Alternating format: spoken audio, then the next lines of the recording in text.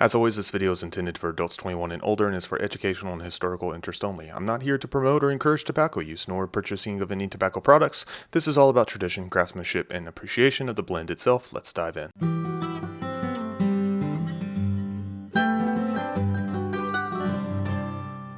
Welcome back, guys, to the Spurgeon Piper. This is Wilson with you.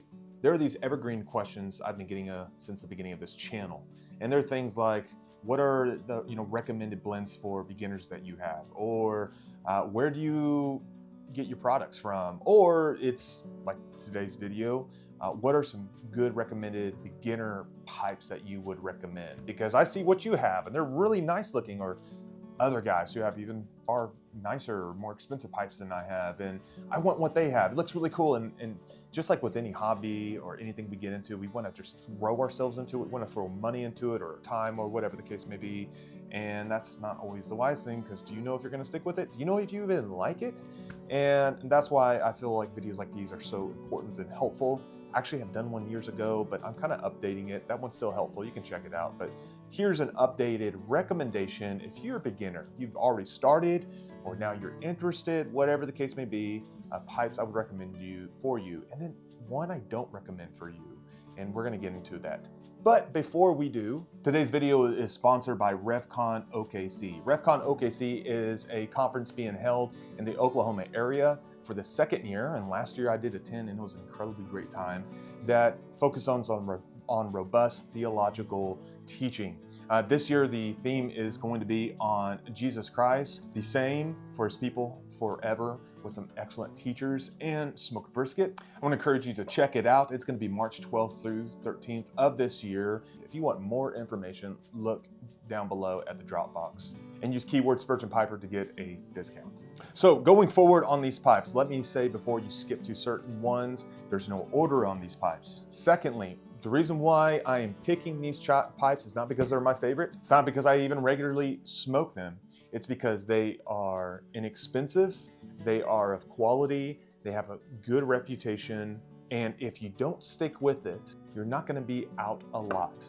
And that's the great news. Just like with anything, we don't want to throw everything into it because it could be something we have no interest in at all. We're just kind of going on with what's popular or what's in. So the first one I want to mention is the least expensive of all of these, and that's going to be corn cob, and specifically Missouri meerschaum. Now, there's probably more corn cobs out there. I don't have experience with others who make them. I have experience with Missouri meerschaum. They have been around for over 155 years. They have an incredibly solid reputation with an assortment of options. Now, again, kind of going over why am I recommending this? Well, this is one of the first type of pipes I began with myself. And I'm glad I did. I'm glad that was recommended to me by those who are wiser and more knowledgeable than myself. I bought several of these. I bought them at a local pipe shop that had them for $5 to $10 a piece, and I did buy a few of them, and that's how I got started with my journey for the most part until I really moved into briar pipes. And again, you will find them for very low cost, and you'll get them about anywhere.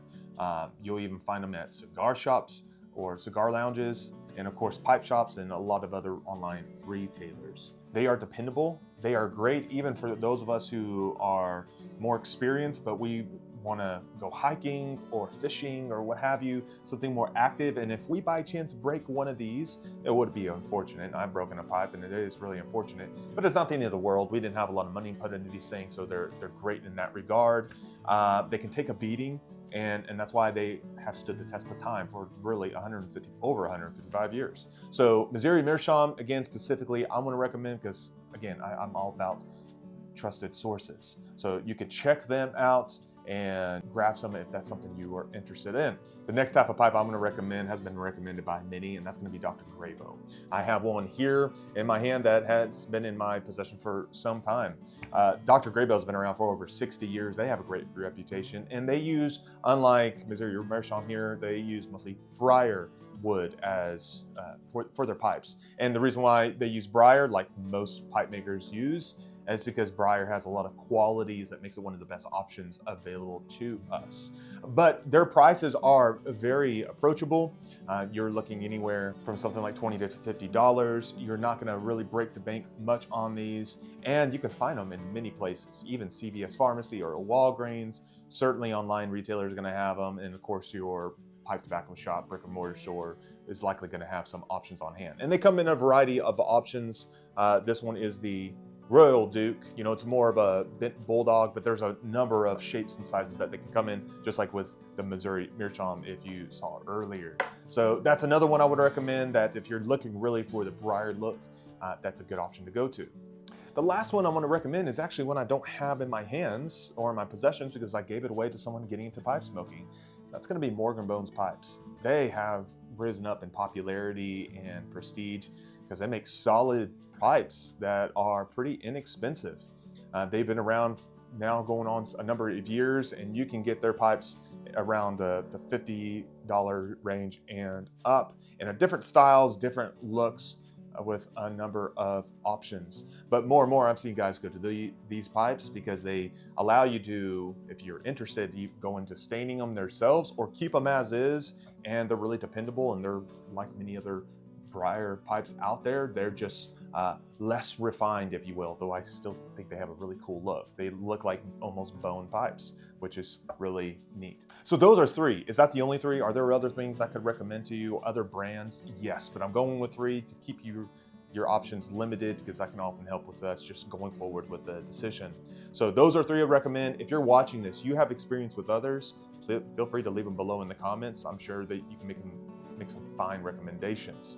So we're going to go to one final one that I don't recommend, and it's not merely one brand, it's the source of these pipes.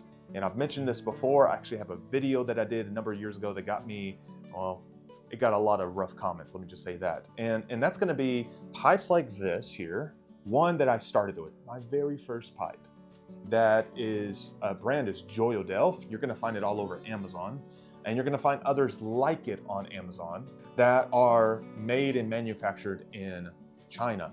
The thing that stands out about these pipes, the reason why they have a lot of reviews and purchases, is because they're fairly expensive. You can look at the prices. You're looking at from $10 to $20, somewhere around there, and they come with these multiple accessories that some are not really useful, I gotta say, but they come with a lot of stuff, and that just sells people because it's extra.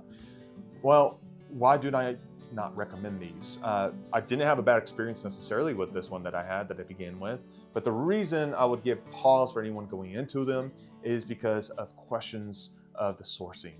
Trusted, reputable companies.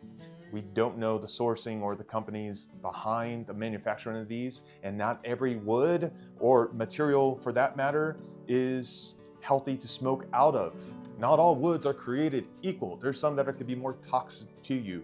You want to be sure you're using something that has been well trusted for decades, if not centuries, like briar wood or meerschaum or corn cobs. And there's some other woods that can be smoked out of. There's some that you'll find made out of different types of woods. However, for what we are doing, it's best to purchase these pipes from people, companies that you can trust, that have a long, reputable reputation, or you can get to know these people by person, like artisan pipes, whether they're in the United States or in Europe or in Asian countries, what have you. This is not about the country of origin. This is about the unknown factor of these companies that try to make a buck, that sell these very inexpensive pipes that leaves a lot of questions wanting. So my recommendation, do not get things off of Amazon that are not from a reputable source. You can find things from Peterson Irish pipes, Savinelli from Italy, or other pipes from United States. Check where they're from, check those manufacturers. Do they have a good reputation? Is there a lot of clarity in what those pipes are made out of? So that's going to be my recommendation. Don't try to get the cheapest thing necessarily, although corn cobs are cheap, and the other ones I mentioned, Dr. Grabows, are pretty inexpensive, and as well as Morgan Bones. Be careful of what you're buying just for the sake of buying a pipe. So guys, that's all I have. If you have more questions, you feel free to leave them below. Either myself or someone else can probably answer them and help you out. That's all I have today, guys. I hope you're doing well and you're blessed. We'll talk to you very soon.